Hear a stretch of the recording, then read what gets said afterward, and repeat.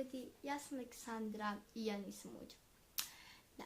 I ćao svima ljudi, ja sam Aleksandra i dobrodošli u moj novi video. U današnjem videu vam pričam kako sam ja došla na ideju da napravim slime stranicu. Možda neki znaju, možda neki ne znaju da se meni slime stranica zove Alisa Slime. A imam pravo da vam pričam kako sam ja došla na ideju da napravim tu slime stranicu. Sad ovako.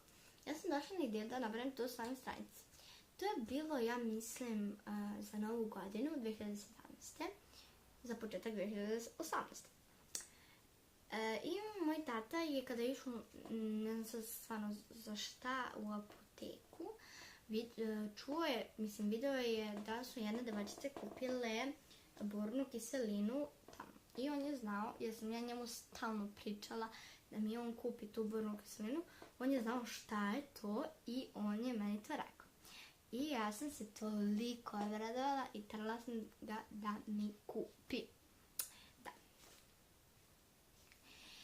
I on je meni to kupio. I ja sam pokušala napraviti prvi slime, ali nisam uspjela. Iz razloga što imala sam neku figuru penu koja je bila plava i koja nije uspjela za slime. I ona je bila problem zašto je slime bio voden i to.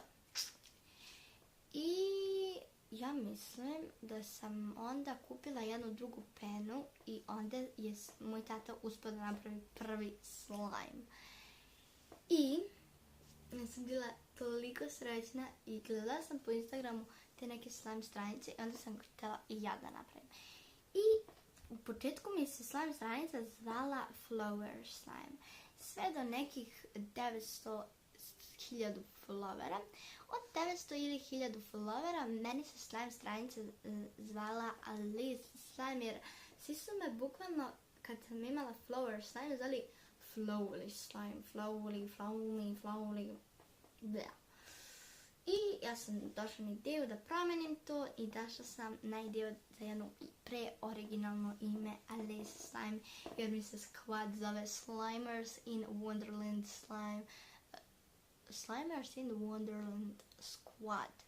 Znači to znači slimeri u zemlji čuda squad. Tako da je to tako cute meni i obožavam Alisu i da, Disney movies is alive.